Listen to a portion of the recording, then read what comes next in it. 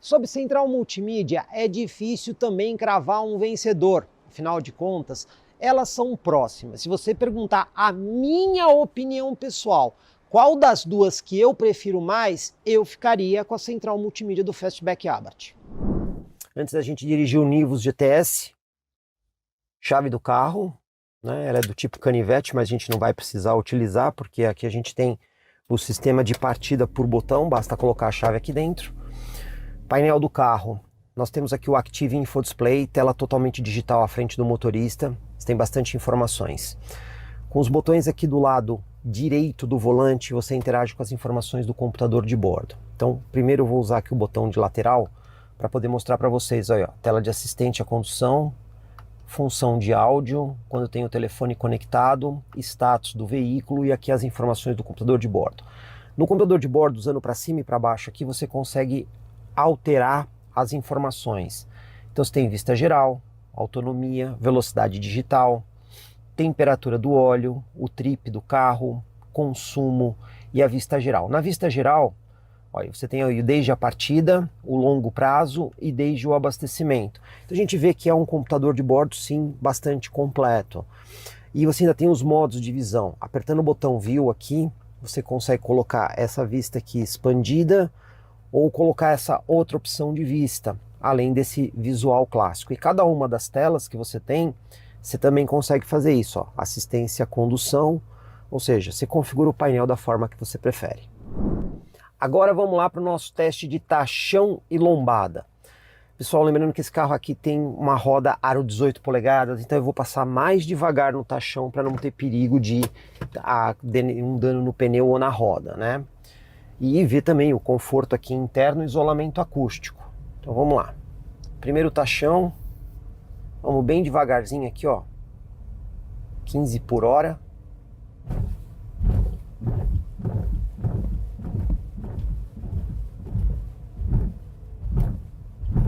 Bom, para uma roda aro 18 polegadas, eu até esperava que o carro fosse mais duro.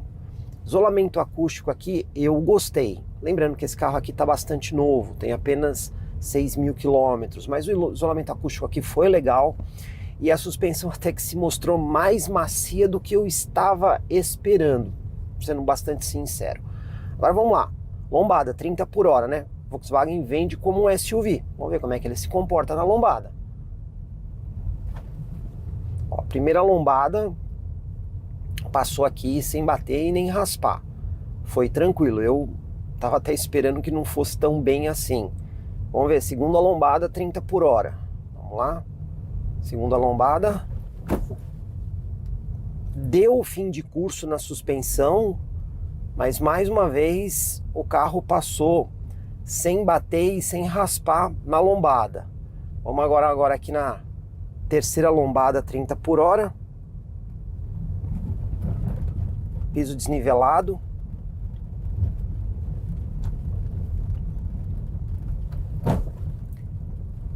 fim de curso, mas não bateu e não raspou, tá até me surpreendendo aqui a performance. Agora quarta e última lombada 30 por hora, e olha aí, não bateu e não raspou em nenhuma delas. Isolamento acústico bom. E o conforto aqui, eu até que achei bastante legal, tá, pessoal? Não achei um carro assim tão duro. Agora vamos aqui para nossa manobra de fim de rua, vamos alinhar o carro aqui com a guia. Esse carro não tem câmera 360 graus, o que é uma pena, né? Porque essa faixa de preço merecia ter aí uma câmera 360 graus. Então deixa eu só alinhar aqui o carro com a guia.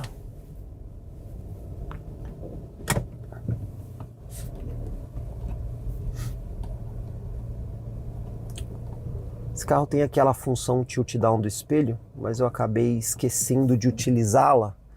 Então vamos novamente aqui fazer o alinhamento para poder alinhar o carro corretamente. Agora sim, beleza. Então vamos lá. Até o ponto de referência. Parando o carro aqui, virar todo o volante, uma volta praticamente 1,5 volta. Não é assim tão leve o volante, tá? Apesar da direção com assistência elétrica. Agora vamos lá, sensores de estacionamento estão todos ativos aqui, ó. Você vê que ele já detectou o obstáculo ali na frente. Você pode ver que ele tem aqui o sensor em toda a volta, inclusive vamos testar aí o sensor lateral. Câmera de ré, linha de guia, porém ela não é dinâmica, né? Você só tem essa visão aqui. Vamos voltar aqui um pouquinho para não forçar a roda ali contra a guia. Desvirar aqui completamente o carro. E olha aí, pessoal, até que usou um espaço bem pequeno, né?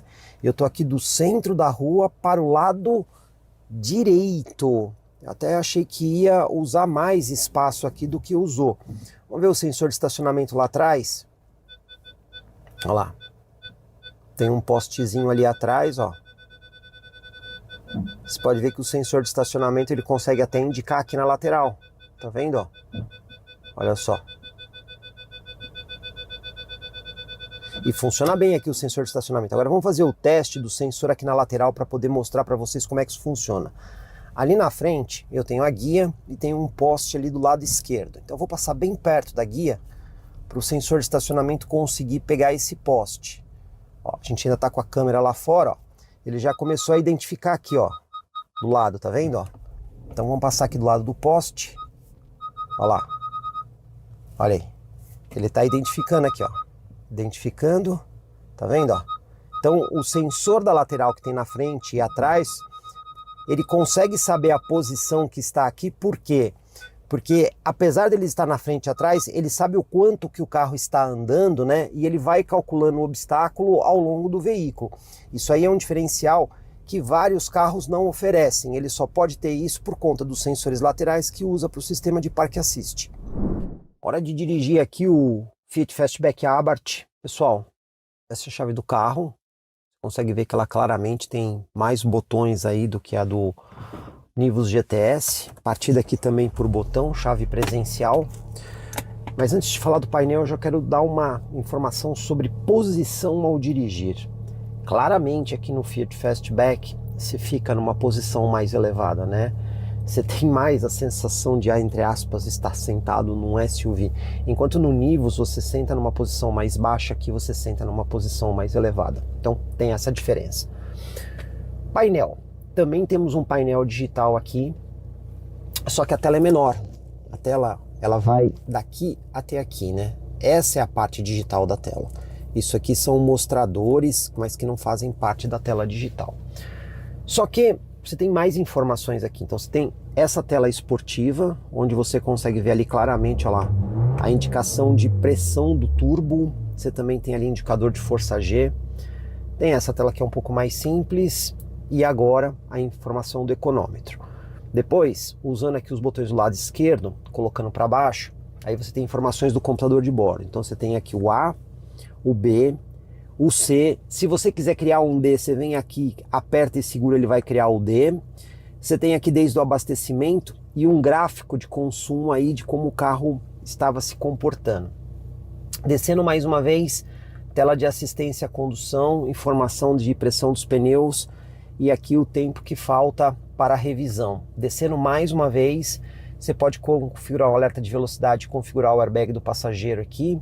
Mais uma vez, você pode configurar as funções da tela principal, parte de iluminação, sons, restaurar configurações. Então, como a gente consegue ver, apesar da tela não ser tão bonita quanto a do Nivus GTS, que pega toda a amplitude, certamente aqui no Fiat Fastback Abarth você tem mais informações. Hora da gente fazer o nosso teste de tachão e lombada. Novamente, esse carro aqui também tem roda aro 18 polegadas. Vamos passar devagar ali no tachão, para a gente ver isolamento acústico e conforto de suspensão. Alinhar o carro aqui. Velocidadezinha aqui controlada de 15 por hora.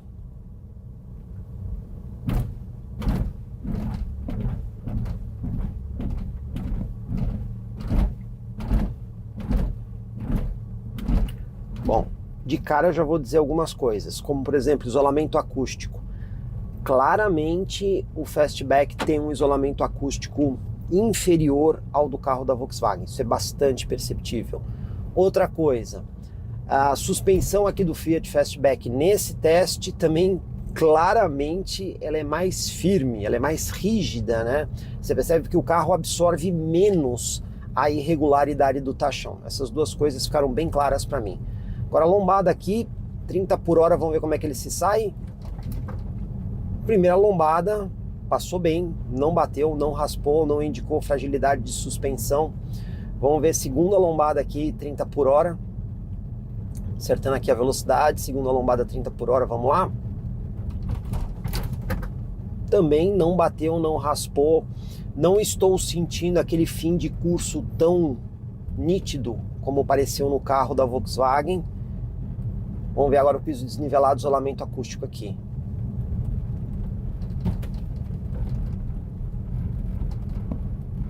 Efetivamente mais barulhento. Olha, aqui na terceira lombada, pessoal, aqui eu já tive a sensação de que o carro deu fim de curso. Vamos ver quarta e última lombada, como é que o carro se comporta. Aqui 30 por hora. Aqui ele foi um pouco melhor. Bom, o que eu posso dizer aqui para vocês, pessoal? A suspensão é claramente mais dura, o isolamento acústico é inferior ao carro da Volkswagen, mas o comportamento de suspensão, esse aqui pareceu um pouco melhor na prova da lombada, não é muita diferença. Agora vamos fazer aqui a nossa manobra de fim de rua. Deixa eu alinhar o carro aqui com a guia. Esse carro também tem a função tilt down no espelho retrovisor. Os dois oferecem essa função. Ok, o carro está alinhado. Então vamos lá para o nosso ponto de referência. Parando o carro. Volante. Uma volta e 1/4, pessoal. Uma volta e 1/4, gira menos, né, o volante. Mas o volante é mais leve, isso não há dúvida também. Em relação ao carro da Volkswagen, esse volante aqui é um pouco mais leve. Agora vamos lá. Até encostar o pneu na guia. Ó, você vê que o sensor de estacionamento, ó, só entrou agora o sensor de estacionamento dianteiro, né? Então o do carro da Volkswagen pareceu ser um pouco mais preciso aqui para identificar o obstáculo. Vamos engatar a ré, ó. Detalhe aqui, pessoal. Câmera de ré com linha de guia dinâmica, tá vendo? Inclusive com a função de zoom. Então, voltar aqui o carro um pouquinho para não forçar o pneu. Nesse ponto não há dúvida nenhuma, né? Que a câmera traseira desse carro é bem superior ao da Volkswagen por ter uma tela maior, linha de guia dinâmica, resolução melhor e também a função de zoom. Tá bastante claro aqui que o carro da Fiat é melhor, mas na hora de fazer a manobra, ele usa mais espaço aqui, né? Você vê que aqui o carro está centralizado na pista, enquanto que o carro da Volkswagen saiu mais lá para o lado direito. E outra coisa, esse carro não tem os sensores laterais, né? Então ele tem o sensor dianteiro e o sensor traseiro. O que a gente pode dizer? Bom, na hora de manobrar você vai precisar de um pouco mais de espaço, apesar da câmera aqui ter melhor resolução, no outro você tem os sensores nas laterais. É difícil cravar um vendedor, aí eu até pediria a opinião de vocês. Qual dos dois que vocês acham que foi melhor aqui nessa prova de manobra? Mas em matéria de suspensão e isolamento acústico, eu diria que o carro da Volkswagen saiu melhor. Teste aqui na estrada de consumo com Nivus GTS, lembrando que eu estou aqui abastecido com etanol. Primeiro vamos acessar aqui o computador de bordo, vista geral. Desde a partida aqui eu vou zerar esse marcador. Eu também tenho aqui o computador de bordo de longo prazo, que eu também vou zerar esse aqui, vou zerar os dois para a gente poder ter duas marcações diferentes. Bom, os dois zerados, pessoal, esse carro tem modos de condução, então aqui pela tela da central multimídia rolando a tela, a gente tem o modo de condução Eco, Normal, Sport, Individual. Vou usar aqui o modo Eco, ar-condicionado ligado, vamos dirigir o carro de forma moderada aqui na Castelo Branco e vamos ver como é que fica o consumo do veículo. Comprecar é ideal para quem quer vender. Comprecar é ideal para quem quer comprar. Se precisou vender ou comprar, acesse hoje mesmo Comprecar. Acesse comprecar.com.br. Comprecar.